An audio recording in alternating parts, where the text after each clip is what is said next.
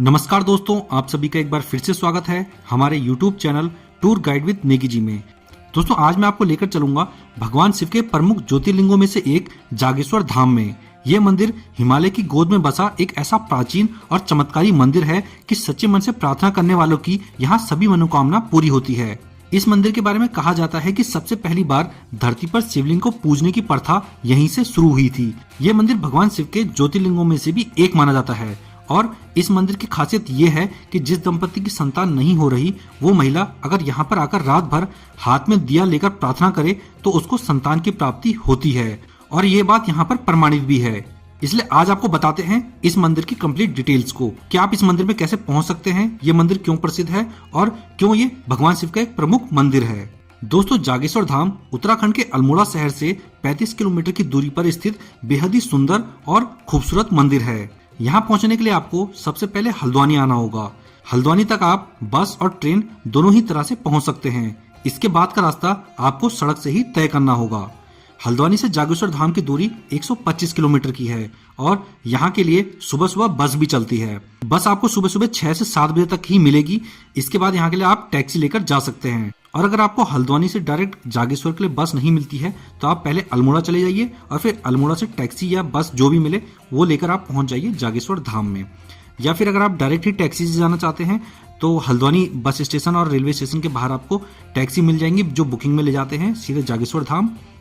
तो आप उन टैक्सी से भी जा सकते हैं जागेश्वर में। या फिर अगर आप अपनी गाड़ी से आए हैं तो आप अपनी गाड़ी से भी जा सकते हैं जागेश्वर धाम तक। रोडें यहाँ तक की काफी अच्छी हैं।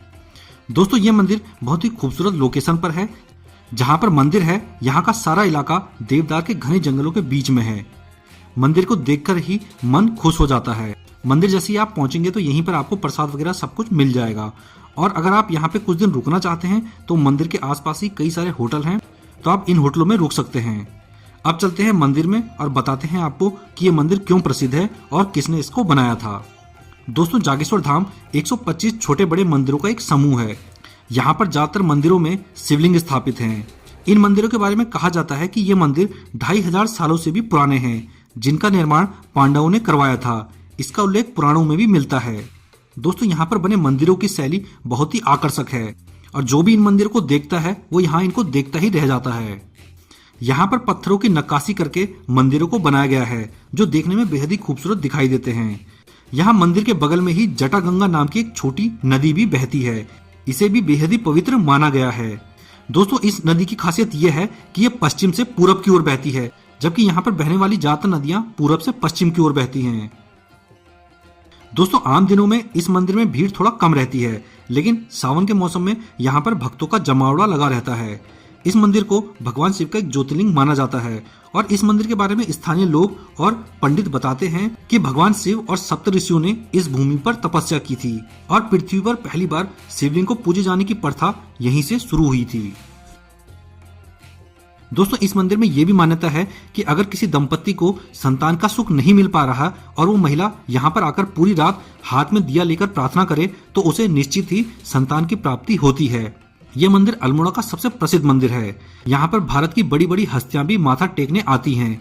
यहाँ पर श्री नरेंद्र मोदी और अक्षय कुमार जैसी बड़ी हस्तियां भी आती रहती हैं। यहाँ पर दोस्तों कई सारे मंदिर हैं, लेकिन जो यहाँ के मुख्य मंदिर हैं वो है ज्योतिर्लिंग मंदिर, जहाँ पे ज्योतिर्लिंग स्थापित है।